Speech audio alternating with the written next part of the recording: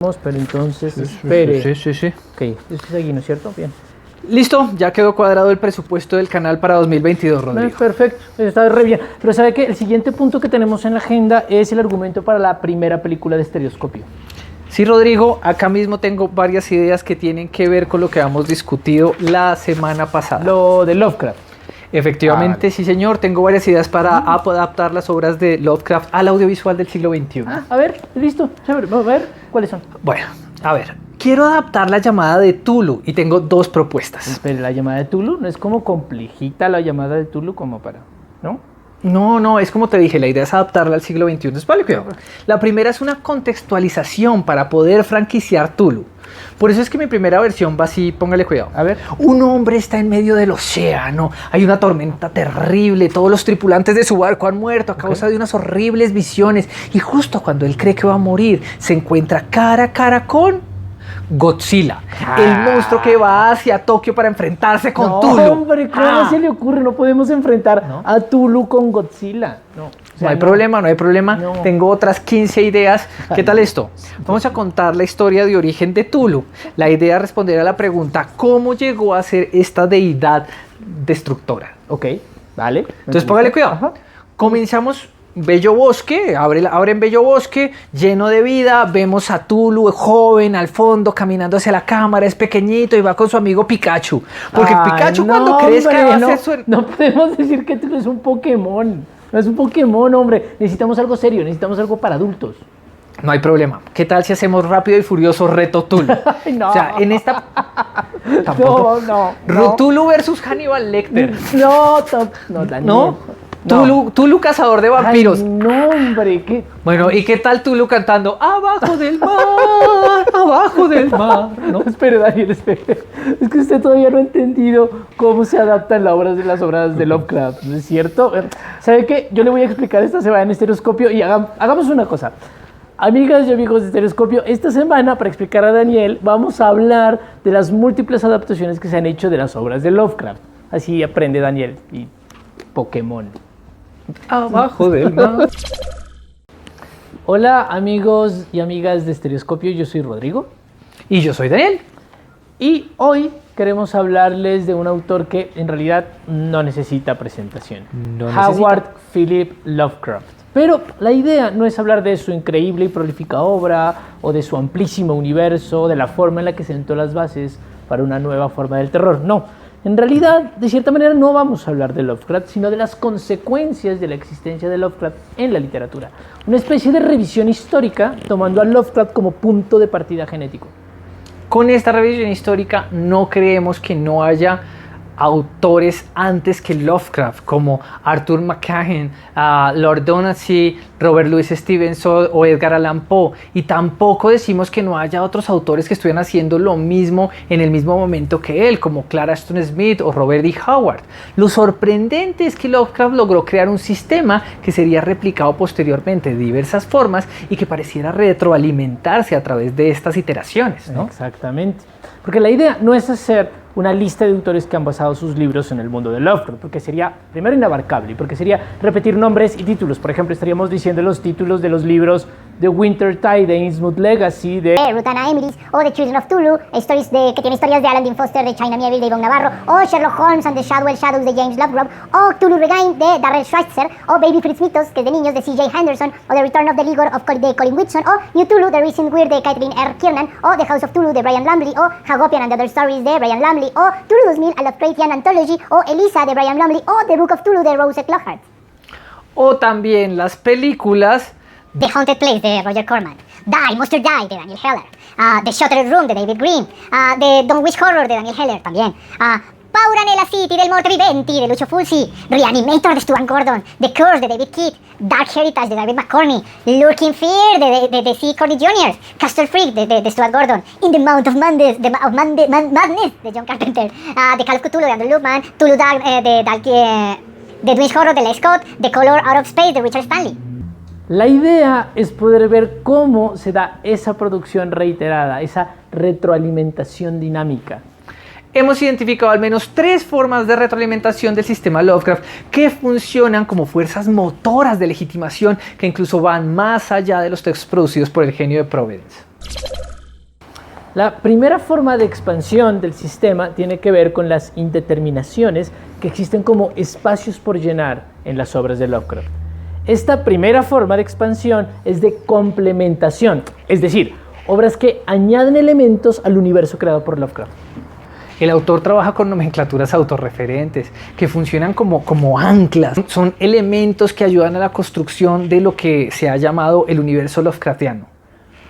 Lugares como la Universidad de Miskatonic, la ciudad de Arkham o el pueblo de Dunshire reaparecen sustentando una posible existencia ficcional de estos lugares y no solamente como trasfondo del paisaje. Lo mismo va a suceder con objetos, siendo el más famoso, el más conocido, el Necronomicon. El Necronomicon es un libro ficticio del cual Lovecraft dice que ha sido escrito por Abdul al-Harsed y que quien lo lea puede morir o caer en la locura. Pero, supuestamente, en este libro se encuentran ritos que permiten convocar a los antiguos o páginas que explican la historia de los monstruos, dioses típicos de las historias de Lovecraft, que retoma todo el tiempo. Este título funciona como una de las bases fundacionales de su obra y esto ha hecho que muchos lectores crean que el libro realmente existe. Dado que la obra de Lovecraft reaparece en supuestos extractos del Necronomicon y que a partir de ello se crea la leyenda de que el libro existe en la vida real, autores como L. Sprague de Camp, Robert Silverberg, Frederick Pohl o John Burner han escrito dentro de sus cuentos fragmentos inventados del Necronomicon. Esto ha convertido el libro en una posibilidad abierta para ser completada, una especie de cheque en blanco para que cualquier autor pueda hacer lo que quiera e inventarse partes del libro. Exactamente, pero la gran pregunta que queda es, ¿por qué pasa esto con el Necronomicon y no con otras obras inventadas de la literatura? Por ejemplo, los falsos referentes de Borges o las falsas novelas autobiográficas de Stanislav Lem. Esta complementación de la obra se debe principalmente a que Lovecraft no juega con este libro como si fuera un artificio narrativo, sino como un concepto abstracto. Es el del Grimorio. Es decir, el Necronomicon no tiene una potencia reproductiva de su existencia material, sino como una forma de representación de un concepto que se traslada al siglo XX. Póngale cuidado. Lovecraft retoma la idea del libro raro, del códice, del apócrifo, del manuscrito perdido. Y todo esto lo sincretiza en un tono único que no vale por su título, sino por su posibilidad simbólica. Exacto, porque dado que lo nombra y lo describe no por su contenido, sino por sus efectos, el libro se convierte en un espacio en blanco, es una tabula rasa que puede ser llenada por las precomprensiones que existen tras el concepto abstracto del Grimorio. Lo mismo hace, por ejemplo, con la Universidad de Ocultismo, en el caso de Miskatonic, o con un pueblo fantasma en Dunwich, o con un espacio de la locura en Arkham, por ejemplo, y es a partir de esa estructura que se permite la complementación.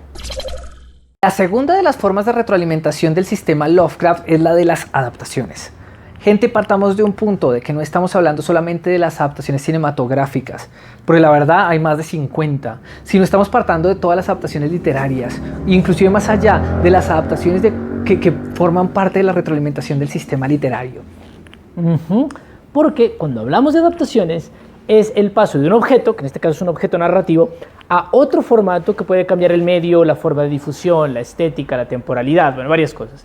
Hay decenas de autores, desde Stephen King a China Miéville, que han tomado elementos como el monstruo autorreproducible o como un horror externo abstracto como modificación del entorno o la revalidación de lo mitológico como morfología del terror. Bueno, todas esas cosas las han tomado y las han trasladado a sus propias formas narrativas. Esto es posible cuando se construye una red de nociones que se queda en la tensión entre una configuración con elementos de identidad propia. Un ejemplo de esto es el pulpo, como representación de lo incognoscible, y unos espacios de indeterminación que permiten la extrapolación del mundo a otro tipo de construcciones. Así, un personaje como Cthulhu tiene unos procesos de identidad, pero puede reaparecer como otras formas del Kraken, de un dios antiguo o de un monstruo terrorífico. Exacto, porque Lovecraft ha usado este proceso estructural en todas sus historias, a través de los elementos de lo autorreferencial, la elaboración de lo mítico, la construcción de una red de conocimientos y de unos cimientos de nomenclaturas precisas, arma historias con descripciones imposibles y una posibilidad de interpretación del horror que queda finalmente en manos del lector. En esos procesos estructurales, otros autores se sienten tentados a llenar espacios vacíos a través de sus propuestas estéticas.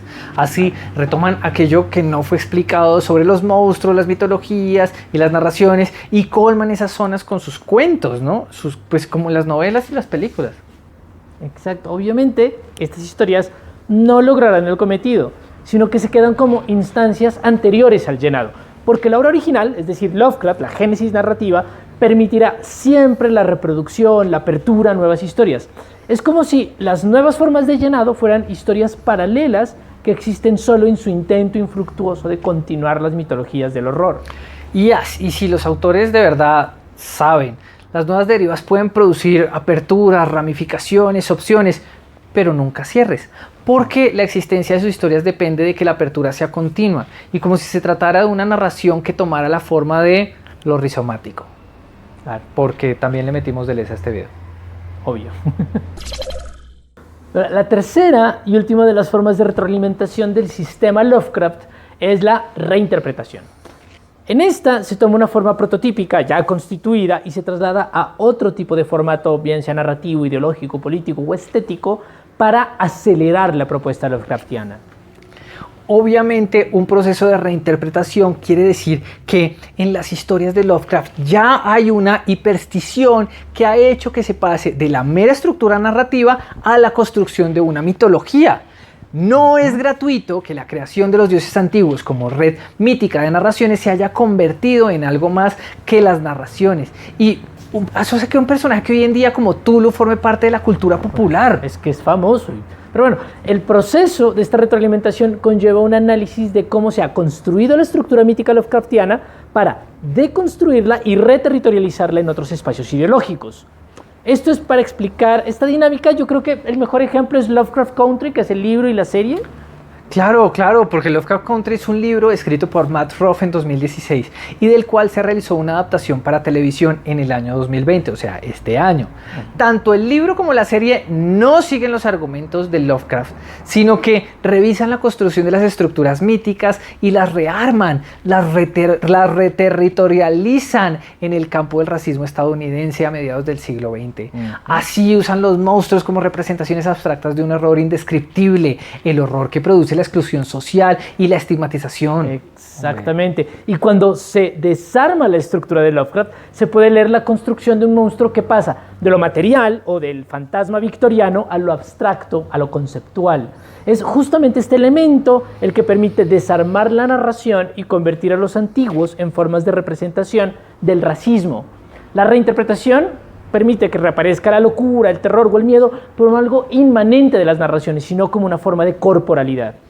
Esta reinterpretación ha permitido el surgimiento de textos como los del New Weird, que leen lo abstracto de Lovecraft para reubicarlo en espacios tan particulares como la naturaleza, como la contaminación, como lo religioso, como los problemas sociales contemporáneos con cargas políticas e ideológicas.